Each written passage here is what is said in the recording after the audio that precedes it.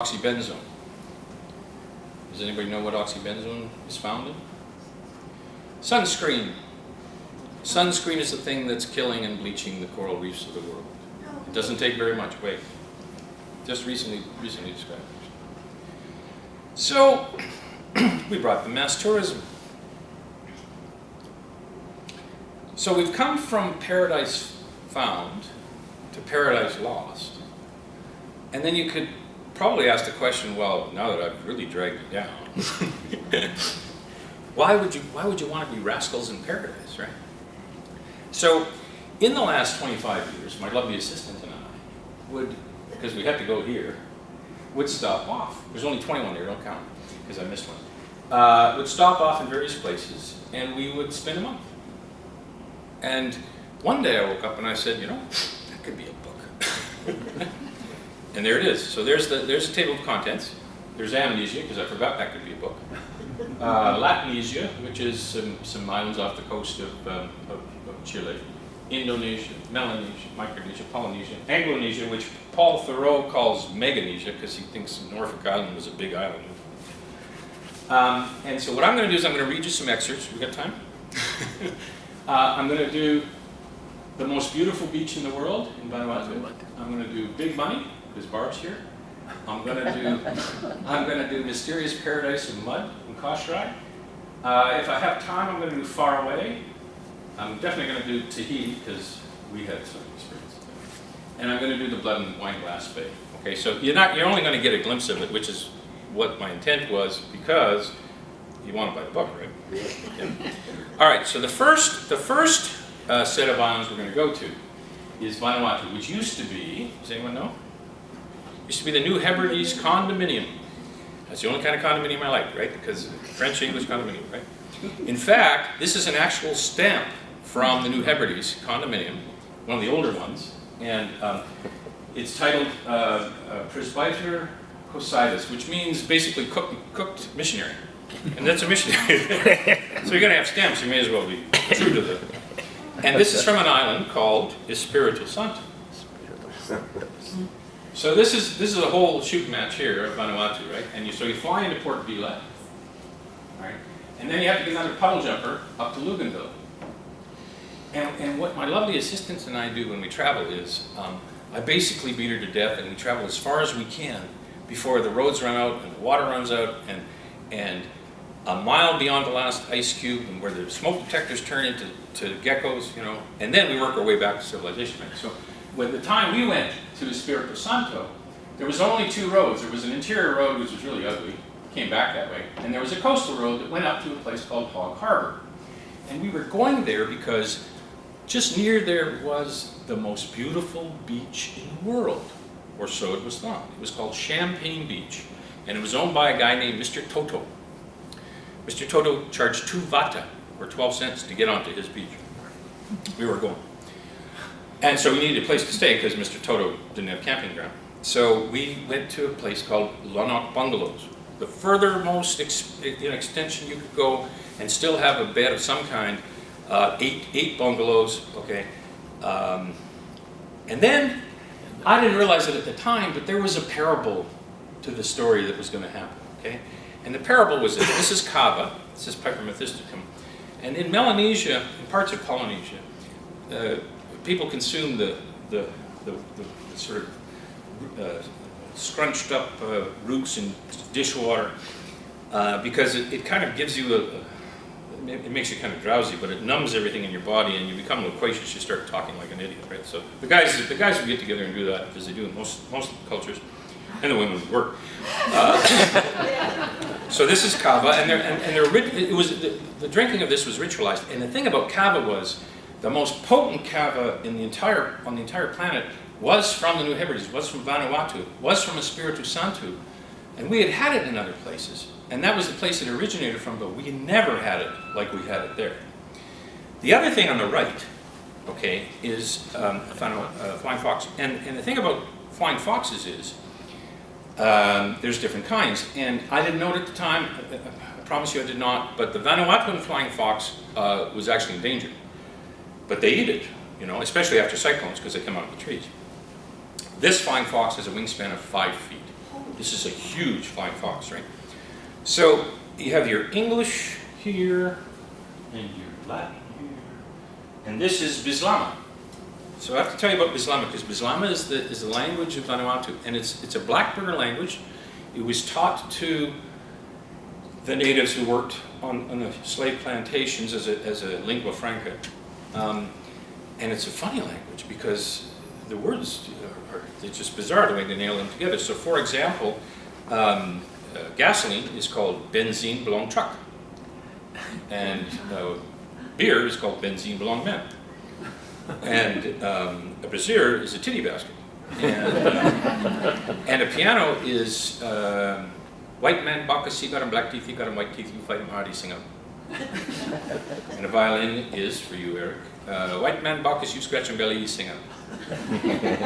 So it's that kind of language, right? And I didn't speak Bislama and they didn't speak English, so it got real funny. Okay, so I'm going to tell you this story. This is where we were staying in Lanark bungalows. So I guess it's time to work. Just give me a second. I wish I had a mic, but I don't. All right, so settle in. An outrigger canoe rested on the soft kelp beach, balanced between a cobalt sky and a turquoise sea. There were no other guests. Robin and I stowed our packs in the box of bad Aussie Shiraz, transported from Luganville, in our bungalow and stretched out in the shade of a nearby palm. Rosario's smile approached with a question. "Ian, I buy you two fella want kai kai?" he asked. "What do you want to eat tonight?" Robin and I thought about it. A flying fox flapped overhead. We had heard about Cive de Usit and made inquiry.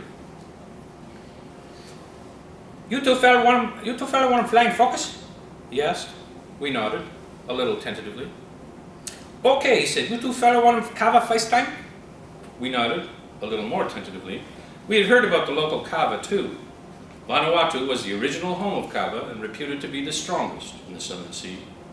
It was usually consumed in local kava clubhouses called nakamals, signaled by a glass lantern at the entrance and the glassy eyes and waxy candles and expressions inside. Santo's kava potency came from two factors. First, it was prepared by chewing the roots, producing finer particles in the paste, and then spat into as the final brew. The second source of potency came from the concentration of cavalactone dihydromethysticine in Vanuatu kava.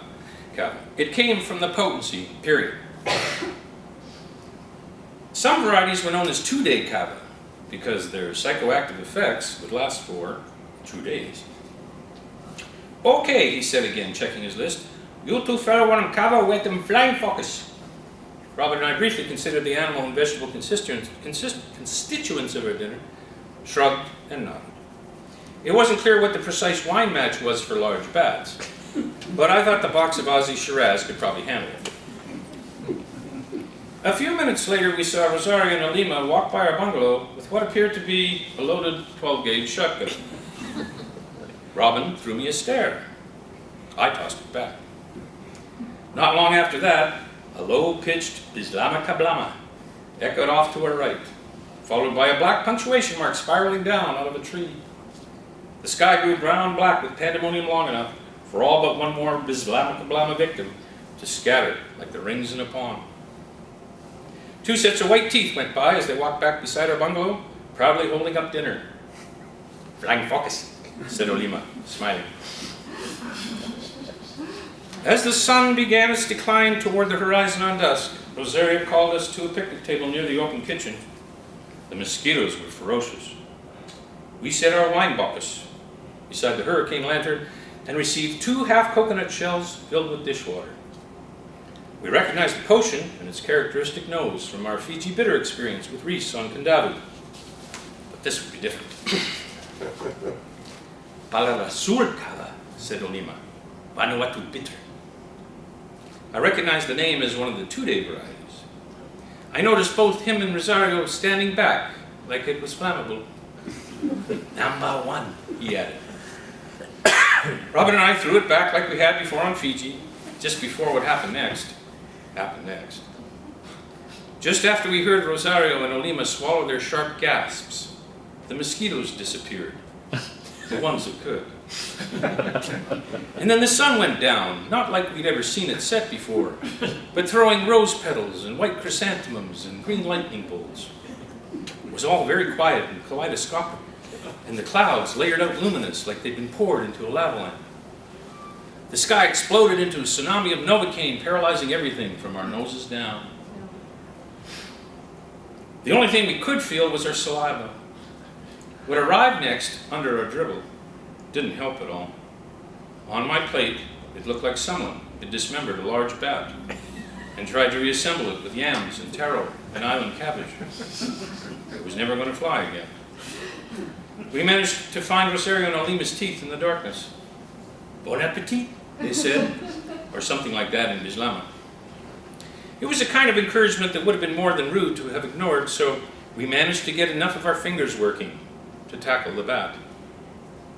There are far too many textures.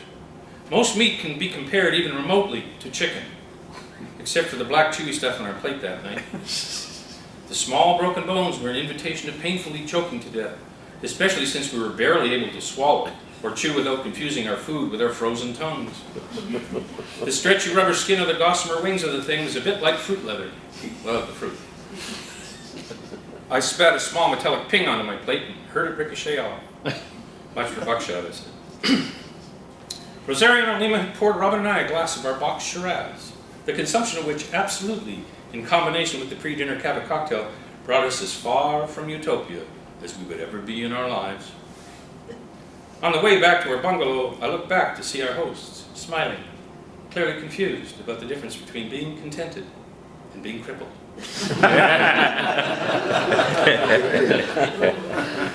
So we went to see Champagne Beach, and we were on Champagne Beach, and there was nobody on Champagne